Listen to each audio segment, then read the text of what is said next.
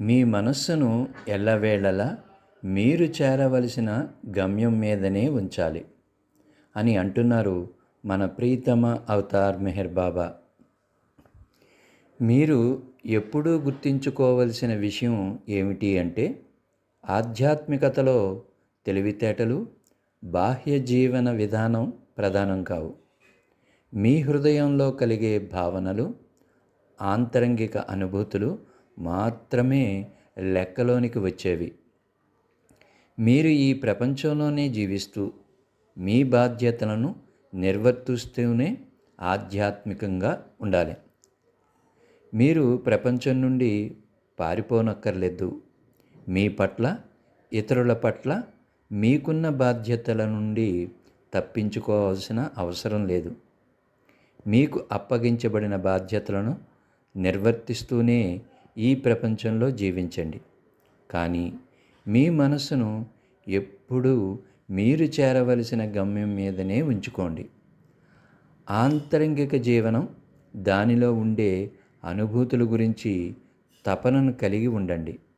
ఆ తపనే మిమ్మల్ని క్రమక్రమంగా తప్పక గమ్యాన్ని చేరుస్తుంది. నిజం చెప్పాలంటే, ఒక వ్యక్తి ఎక్కడ జీవిస్తున్నాడు అనేది ముఖ్యం కాదు, ఎలా జీవిస్తున్నాడు అనేదే ప్రధానం.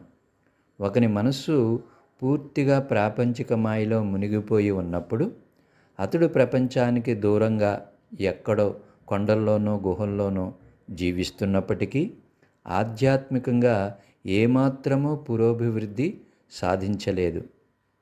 ఆ విధంగా కాకుండా ఈ ప్రపంచంలోనే జీవిస్తూ కర్తవ్యాన్ని నిర్వర్తిస్తూనే మాయలో కూరుకుపోకుండా గమ్యంపైనే ధ్యాస ఉంచినట్లయితే ఆధ్యాత్మికంగా పురోగతి సాధించగలడు అని అన్నారు మన ప్రీతమ బాబా.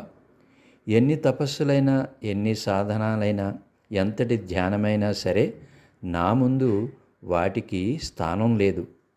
నేను మీ చేతిని పట్టుకుని నేరుగా గమ్యానికి చేరుస్తాను.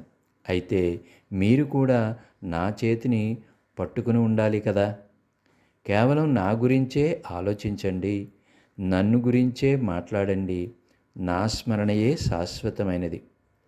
నన్ను జ్ఞప్తిలో ఉంచుకుంటే అది నిన్ను క్షణభంగురమైన ఈ ప్రపంచంలోని నిద్రాహారాల్ని, అన్నపానీయాల్ని, సర్వాన్ని మర్చిపోయేటట్లు చేస్తుంది అని అన్నారు మన ప్రీతమ అవతార్ మెహర్ బాబా.